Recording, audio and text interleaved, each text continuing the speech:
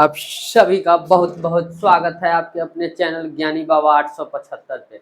मैं दुर्गेश सर आप लोगों के लिए लेकर आ गया हूँ क्लास 10th का ना, जो क्लास 10th ज्योग्राफी भूगोल है। इकाई 1 का जो क्या है गौ ना, इकाई 1 का गौ वन एवं वन्य प्राणी संसाधन।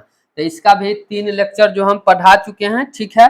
तो आज उससे आगे का हम लोग बात करेंगे। देखिए ये सब जो है वन एवं वन्य प्राणी संसाधन ये सब पढ़ा चुके हैं। अभी तक आप नहीं पढ़े हैं तो डिस्क्रिप्शन में लिंक दिया हुआ है, वहां से जाके आप पढ़ सकते हैं। हम लोग कहाँ तक पहुंच गए थे, तो जो भी विलुप्त होने वाली प्रजातियां हैं उस सब देख चुके थे। आज हम लोग बात करेंगे इसका, तो वन्य जीवों के अधिवास ना, मतलब कि वन में जो जीव रहते हैं उनका रहने का जगह अधिवास पर प्रतिकूल मानवीय प्रभावों के 3 प्रमुख कारण है, जो क्या है निम्नलिखित है। पहला है प्राकृतिक आवासों का अतिक्रमण ना, जहां पर उनका जो प्राकृतिक रूप से जो अधिवास उनका रहने का स्थान है ना, उसका क्या हो गया है अतिक्रमण, मतलब उस पर अतिक्रमण कर लिया गया। वन्य जीवों के प्राकृतिक आवास जंगल, मैदानी क्षेत्र, नदियां, तालाब, वेटलैंड, पहाड़ों एवं तराई आदि है ना। ये सब क्या है, जो जीवों के वन्य जीवों के प्राकृतिक अधिवास है। जनसंख्या में हो रही अनियंत्रित वृद्धि ना, औद्योगिक विकास, शहरीकरण, बड़े बांध या अन्य परियोजनाएं इनके आवास की अतिक्रमण कर रही है। यातायात की सुविधाओं में वृद्धि के कारण भी वन्य जीवों के प्राकृतिक आवासों का अतिक्रमण हुआ है ना। जैसे कि यातायात की सुविधाएं बढ़ रही है तो पेड़ पौधे को काट करके मैदानी जो क्षेत्र है उनको क्या किया जा रहा है कि रोड बनाया जा रहा है, तो इससे भी प्राकृतिक जो वन्य जीव के आवास है उसका क्या हो रहा है अतिक्रमण हो रहा है और वो धीरे धीरे समाप्त हो रहा है। प्राकृतिक निवास स्थान के छिन जाने के दबाव से वन्य जीवों की सामान्य वृद्धि तथा प्रजनन क्षमता में कमी आ गई है ना। जब उसका जो प्राकृतिक निवास स्थान है वन्य जीवों का जो छिन जाने के कारण उसके किसमें, तो प्रजनन की वृद्धि और प्रजनन क्षमता में कमी भी आ गई है। जीवों की सामान्य वृद्धि भी रुक गई है और उसके प्रजनन क्षमता जो है उसमें भी कमी आ गई है। अब दूसरा पॉइंट की बात करें तो प्रदूषण जनित समस्या ना, जो प्रदूषण जनित समस्या है, बढ़ते प्रदूषणों ने कई समस्याओं को जन्म दिया है। प्रदूषण जो बढ़ रहा है तो इससे बहुत सारे समस्याओं का और भी बढ़ता जा रहा है, नए नए समस्या का जन्म हो रहा है। इनमें वन्य जीवों की संख्या में कमी के प्रमुख कारक परावैंगनिक किरणें ना, अम्ल वर्षा और हरित गृह प्रभाव है। इनमें जो वन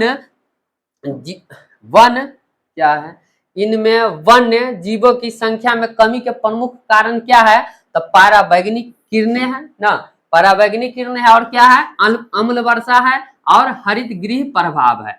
इसके अतिरिक्त वायु, जल एवं मृदा प्रदूषण के कारण वन एवं वन्य जीवों का जीवन चक्र गंभीर रूप से प्रभावित हो रहा है ना। तो इसके अतिरिक्त है जैसे कि हो गया कौन चीज, तो आपका हो गया क्या कि वायु हो गया जैसे ना, मृदा हो गया, जल प्रदूषण, इस सभी कारण से भी जो वन्य जीवों का जीवन चक्र पर बहुत बड़ा प्रभाव पड़ रहा है। जीवन चक्र को पूर्ण किए बिना नए पौधे या जंतु का जन्म ही नहीं हो सकता ना। जब तक उसके जिंदगी जीवन का चक्र अगर पूरा नहीं हो जाता तब तक क्या होगा कि जो क्या होगा, तब तक जन्म ही नहीं हो सकता है ना। फलतः वास स्थान उपलब्ध रहने के बावजूद वन्य जीव धीरे धीरे विलुप्त हो रहे हैं ना। इसके फलस्वरूप क्या पाया जा रहा है कि इसको जो क्या है, तो वास करने का स्थान उपलब्ध होने के बावजूद भी धीरे धीरे जो क्या हो रहा है वन्य जीव विलुप्त होते जा रहे हैं ना। और जो तीसरा पॉइंट है आर्थिक लाभ ना, रंग बिरंगी तितलियों से लेकर मेढकों, पक्षियों और जंगली जानवरों, कछुआ, तोता एवं अन्य स्थानीय परिंदों का अवैध शिकार कर इन्हें बेचा जाता है ना। जैसे कि हो गए रंग बिरंगे तितली हो गए, मेढक हो गए, पक्षी हो गए ना, जंगली जानवर हो गए, तोता, कछुआ, बहुत सारे जो जीव है जिन्हें अवैध शिकार कर इन्हें मतलब बेचा जाता है। इसकी राष्ट्रीय और अंतरराष्ट्रीय स्तर पर काला बाजारी होती है ना। इसको राष्ट्रीय स्तर पर भी और अंतरराष्ट्रीय स्तर पर भी इसको अवैध तरीके से बेचा जाता है। चीन ऐसे वन्य जीवों के काला बाजारी का मुख्य केंद्र है ना। सबसे अधिक अगर काला बाजारी की बात किया जाए तो चीन जो है उसका क्या है, प्रमुख केंद्र है, मुख्य केंद्र है ना। चीन क्या है, चीन ऐसे वन्य जीवों का क्या है, तो काला बाजारी का मुख्य केंद्र है। आर्थिक लाभ के लिए योजनाबद्ध तरीके से खास प्रजातियों के पेड़ पौधे एवं जीव जंतुओं को स्थानीय, क्षेत्रीय या राज्य स्तर पर दोहित किए जाने से कई प्रजातियां संकटग्रस्त हो गई है ना। इससे क्या होता है कि आर्थिक लाभ कमाने के लिए योजनाबद्ध तरीके से खास प्रजातियों को ना, पेड़ पेड़ पौधे एवं जीव जंतुओं को स्थानीय, क्षेत्रीय या राज्य स्तर पर दोहित किए जाने से कई प्रजातियां क्या हो रही है, इस संकटग्रस्त हो गई है। निरंतर शिकार भी अन्य जीवों के लिए एक बड़ी चुनौती है। इसके बाद बात किया जाए तो वर्तमान में यह एक वैश्विक मुद्दा के रूप में वैश्विक मुद्दा के रूप में एक बड़े चिंतन का विषय बना है। इसे अब सामाजिक, सांस्कृतिक, नैतिक, आर्थिक तथा धार्मिक स्तर पर स्वीकारा गया है या नहीं ना, स्वीकारा गया है या नहीं। साहित्यविदों, कवियों एवं कलाकारों में इसकी चेतना के लिए अपनी रचनाओं में मुख्य रूप से स्थान दिया है। भारत में तो आदिकाल से वन एवं वन्य प्राणियों के महत्व को स्वीकार किया गया है। प्रत्येक धार्मिक कृतियों में तथा विभिन्न पौराणिक एवं कर्म कांडों साहित्य में वनों और प्राणियों को महत्व दिया गया है। ग्रामीण लोग कई धार्मिक अनुष्ठानों में 100 से अधिक पौधों की प्रजातियों का प्रयोग करते हैं ना। ग्रामीण में जो क्या होते हैं कि 100 से कितने धार्मिक अनुष्ठानों में ऐसे पेड़ पौधे 100 से भी अधिक है जिनका धार्मिक अनुष्ठान में कार्य होता है, जिनका पूजा किया जाता है, और इन पौधों को अपने खेतों में भी उगाते हैं। भारत के शासकों ने भी प्रकृति संरक्षण पर बल दिया है। ईसा पूर्व 3री शताब्दी में क्या, तो ईसा पूर्व 3री शताब्दी में सम्राट अशोक ने इस ओर ध्यान आकृष्ट किया था। शायद यह विश्व का पहला ऐतिहासिक साक्ष्य है कि अशोक ने प्रकृति के महत्व को स्वीकारते हुए वन्य जीव जंतुओं के शिकार पर अंकुश और संबंधित संरक्षण के नियम को अपने शिलालेखों में अंकित कराया ना। तो यह शायद यह क्या है, विश्व का पहला ऐसा ऐतिहासिक साक्ष्य है कि अशोक ने प्रकृति के क्या महत्व को स्वीकार करते हुए क्या किया गया, तो वन्य जीव जंतुओं के शिकार पर क्या अंकुश और उससे संबंधित संरक्षण के नियम को अपने शिलालेखों में अंकित कराया। मध्यकालीन भारत में मुगल साम्राज्य के संस्थापक जहीर-उद-दीन बाबर ना, तो मध्यकालीन भारत में मुगल साम्राज्य के, याद रखिएगा किस काल में, तो मध्यकालीन भारत में मुगल साम्राज्य के संस्थापक, किस साम्राज्य के, तो मुगल साम्राज्य के संस्थापक जहीर-उद-दीन, मुगल साम्राज्य के संस्थापक कौन, जहीर-उद-दीन बाबर। जहीर-उद-दीन क्या है, बाबर। मुगल साम्राज्य के संस्थापक जहीर-उद-दीन बाबर और जहांगीर के आलेखों में भी प्रकृति संरक्षणवाद का उल्लेख मिलता है। मुगल चित्रकला की कृतियों में भी वन एवं वन्य प्राणियों से प्रेम का संबोधन होता है। अच्छा, एक बात करते, क्या आप अमृता देवी वन्य संरक्षण प्रसार के विषय में जानते हैं? तो आइए यहाँ हम लोग जानेंगे कि अमृता देवी वन्य संरक्षण प्रसार क्या है ना। अमृता देवी राजस्थान के बिश्नोई गांव ना, अमृता देवी जो है वो कहाँ के, राजस्थान के बिश्नोई गांव यानी जोधपुर जिला, कहाँ, कौन सा जिला, तो जोधपुर जिला की रहने वाली थी। कहाँ की, जो अमृता देवी थी वो राजस्थान के बिश्नोई गांव के जोधपुर जिला के रहने वाली थी। उसने 1731 ईस्वी में राजा के आदेश को दरकिनार कर वनों से लकड़ी काटने वालों का विरोध किया था ना। मतलब कि अमृता देवी जो बिश्नोई थी 1731 ईस्वी में क्या की कि राजा के आदेश को दरकिनार मतलब कि न मानते हुए वनों से लकड़ी को काटने वालों को क्या किया, उसका विरोध किया। राजा के लिए नवीन महल निर्माण हेतु लकड़ी काटा जाना था। मतलब कि राजा को नए महल बनाने के लिए क्या करना था, लकड़ी काटना था ना। अमृता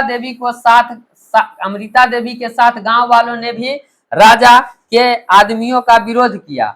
महाराजा को जब इसकी जानकारी मिली तो उन्हें काफी पश्चाताप हुआ और अपने राज्य में वनों का कटाई पर रोक लगा दी ना। राजा को जब ये बात को पता चला कि वहां पर जो पेड़ पौधे काटे जा रहे हैं उस पर रोक लगा, तो राजा को भी पश्चाताप हुआ और वो अपने क्षेत्र में भी पेड़ पौधे की कटाई पर रोक लगा दी।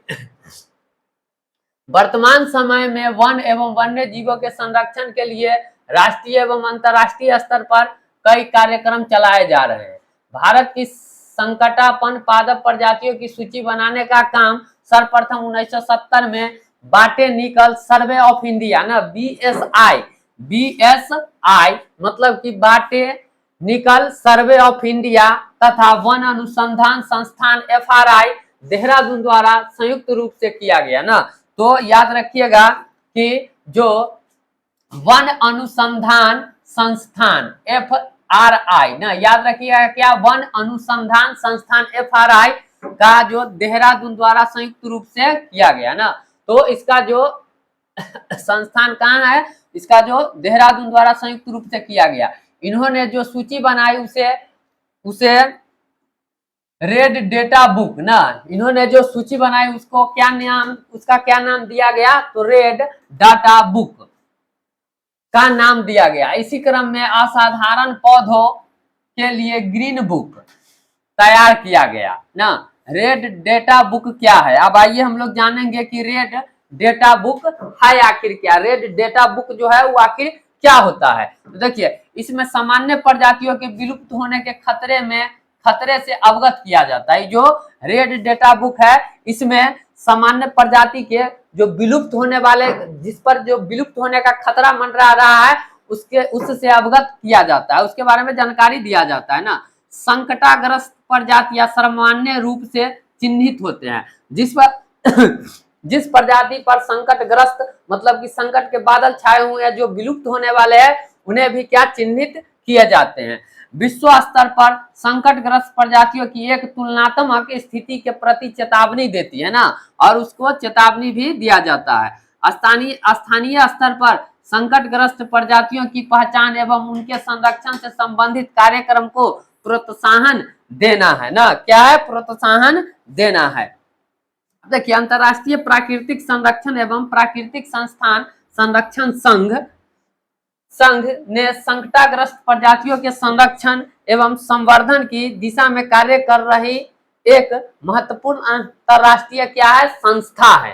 क्या है, अंतर्राष्ट्रीय संस्था है, को अब विश्व संरक्षण संघ भी कहा जाता है। उसी को अब क्या कहा जाता है, तो विश्व संरक्षण संघ भी कहा जाता है। इस संस्था ने विभिन्न प्रकार के पौधों और प्राणियों के जातियों को चिन्हित कर निम्नलिखित श्रेणियों में विभाजित किया है ना। जो संस्था अंतर्राष्ट्रीय प्राकृतिक संरक्षण एवं प्राकृतिक संसाधन संरक्षण संघ, तो उसके द्वारा क्या किया गया है कि इस संस्था से विभिन्न प्रकार के पौधों और प्राणियों के जातियों को चिन्हित कर कई श्रेणियों में विभाजित किया गया है। तो पहला क्या है, सामान्य जातियां ना, पहला क में क्या है, सामान्य जातियां। ये वे जातियां हैं जिनकी संख्या जीवित रहने के लिए सामान्य मानी जाती है, जैसे पशु, साल, चीर और कृंतक, रोडेंट्स इत्यादि ना।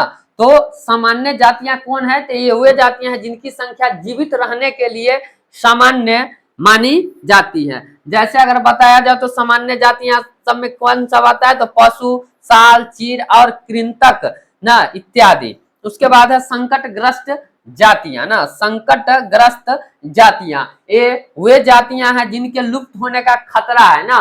तो संकटग्रस्त जो जातियां हैं, तो ये वो जातियां हैं जिनके जो लुप्त होने का खतरा बहुत मतलब विलुप्त होने का जो है खतरा है।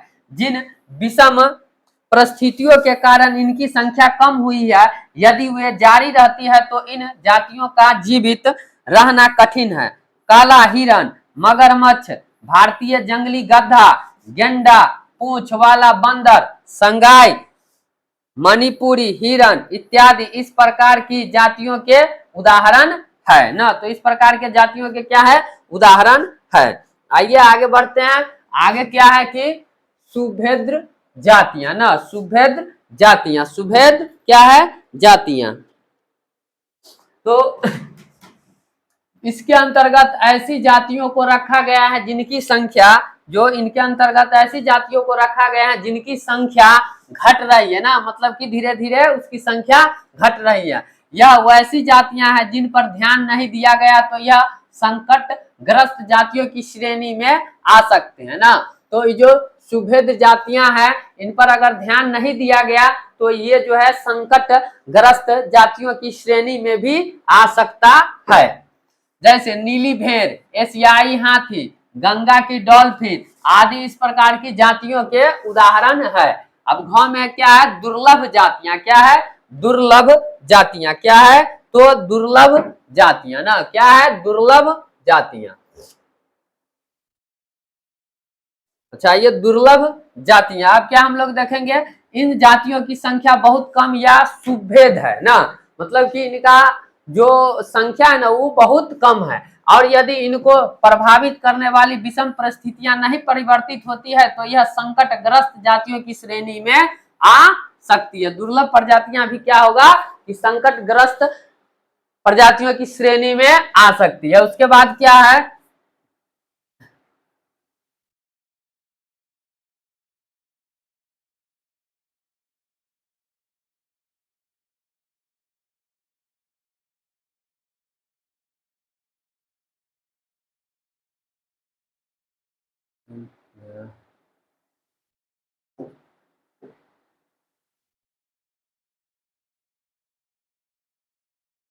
जातियां प्राकृतिक या भौगोलिक सीमाओं से अलग विशेष क्षेत्रों में पाई जाने वाली जातियां अंडमानी टील, निकोबारी कबूतर, अंडमानी जंगली सुअर और अरुणाचल के मिथुन इसी वर्ग में आते हैं। उसके बाद है क्या, लुप्त जातियां ना, जो मतलब खत्म हो चुके हैं। ये वे जातियां जो इनके रहने के आवासों में खोज करने पर अनुपस्थित पाई है, अनुपस्थित पाई गई है ना, मतलब वे जातियां हैं जिनको खोज करने पर इनके आवास जो है क्या हुए कि खाली पाई गए, मतलब कि अनुपस्थित पाए गए। ये उपजातियां स्थानीय क्षेत्र, प्रदेश, देश, महाद्वीप या पूरी पृथ्वी से लुप्त हो गई है। एशियाई चीता और गुलाबी सर वाली बत्तख एवं डोडो पंछी इसके अच्छे उदाहरण है ना। संकटग्रस्त वन एवं वन्य जीव पर्यावरण तथा प्राकृतिक संसाधनों के संरक्षण के लिए अन्य कई अंतर्राष्ट्रीय एवं राष्ट्रीय संस्थान भी कार्यक्रम चला रही है। इनमें World Wide Fund for Nature विशेष रूप से महत्वपूर्ण है ना। इसमें जो क्या है, World Wide Fund for Nature क्या है, विशेष रूप से महत्वपूर्ण है। भारत में वन एवं पर्यावरण मंत्रालय द्वारा वन एवं वन्य जीवों के संरक्षण के अनेक कार्यक्रम चलाए जा रहे हैं।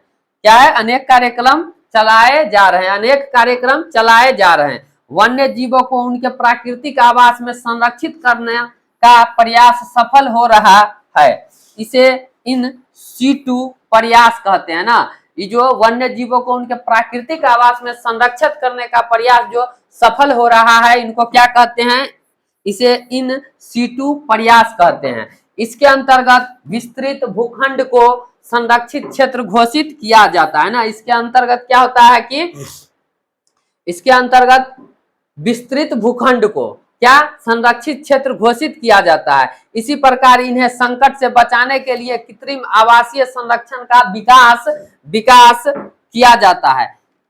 इसे एक्स-सीटू कहते हैं ना, इसे क्या कहते हैं, एक्स-सीटू कहते हैं। एक्स-सीटू के प्रयास से जिन प्रजातियों को विलुप्त होने का खतरा है उन्हें संग्रहित किया जाता है, संग्रहित किया जाता है। वन प्राणियों के संरक्षण के लिए संरक्षित क्षेत्रों में पहला क्या, राष्ट्रीय उद्यान ना, दूसरा क्या है बिहार, या तीसरा है अभ्यारण्य तथा चौथा है जैव मंडल सम्मिलित है ना। तो ध्यान रखिएगा कि वन्य प्राणियों के संरक्षण के लिए संरक्षित क्षेत्र है कौन कौन है, तो पहला है राष्ट्रीय उद्यान, दूसरा है बिहार या अभ्यारण्य, तीसरा है जैव मंडल सम्मिलित है इसमें, ठीक है। तो अब हम लोग बात करेंगे कि आगे की, तो आइए आगे क्या है कि हमारा राष्ट्रीय उद्यान। तो राष्ट्रीय उद्यान क्या होते हैं इसके बारे में हम लोग अभी जानेंगे, क्या कि राष्ट्रीय उद्यान जो है वो क्या होते हैं, क्या राष्ट्रीय उद्यान। तो यदि आपको वीडियो पसंद आ रहे होंगे तो जरूर वीडियो को लाइक कीजिएगा, चैनल को सब्सक्राइब कीजिएगा और कमेंट करना ना भूलिएगा कि आपको वीडियो कैसा लगा।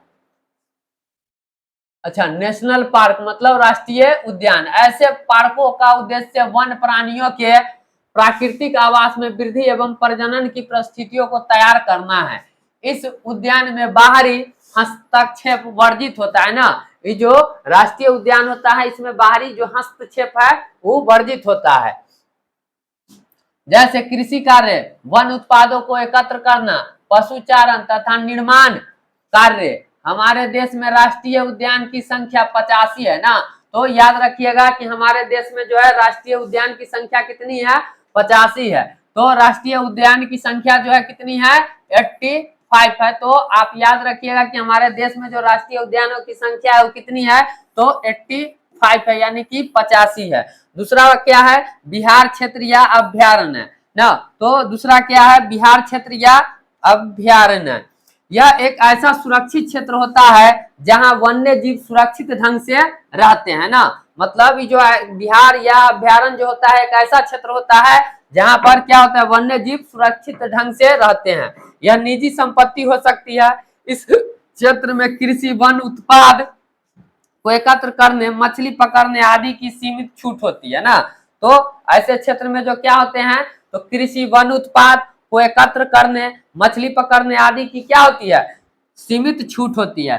वन्य जीवों के स्वाभाविक जैविक क्रियाएं जैसे घोंसला बनाना ना, जोड़ा बनाना, अंडे या बच्चे सेवन आदि पर बाधा पहुंचाने पर मालिकाना अधिकार को सीमित किया जा सकता है। भारत में इनकी संख्या 448 है। तो याद रखिएगा कि बिहार क्षेत्र या विहार क्षेत्र या अभ्यारण्य की जो संख्या है वो 448 है, 448 है ना। देखो याद रखिएगा कि 448 है, मतलब कि 4 4 में जोड़ेंगे 4 तो 8, यानी 448 याद रखिएगा। तो 448 यानी 448 जो है हमारा बिहार क्षेत्रीय अभ्यारण्य है। और राष्ट्रीय उद्यान की संख्या जो है वो कितनी है, तो 85 है, यानी 85 है। तो इस बात को आप याद रखिएगा निश्चित रूप से। बिहार में बेगूसराय का कांवर झील और दरभंगा का कुशेश्वर इसके लिए चिन्हित किया गया है ना। तो आप याद रखिएगा कि बिहार में जो है कौन, बेगूसराय का कांवर झील ना। अगर पूछा जाए परीक्षा में कि कांवर झील जो है वो कहाँ है बिहार में, तो आपका उत्तर क्या होना चाहिए, बेगूसराय में। और दरभंगा का कुशेश्वर ना, और कुशेश्वर जो झील है वो कहाँ है, तो दरभंगा में। तो इसको भी याद रखिएगा, इसके लिए चिन्हित किया गया है। अब तीसरा जैव मंडल ना, यह वह क्षेत्र है जहां प्राथमिकता के आधार पर जैव विविधता के संरक्षण के कार्यक्रम चलाए जाते हैं ना। इन क्षेत्रों में जैव विविधता के अनुवांशिकी विविधता के रूप में संरक्षित कार्यक्रम चलाया जाता है। विश्व के 65 देशों में करीब 243 सुरक्षित जैव मंडल क्षेत्र है ना।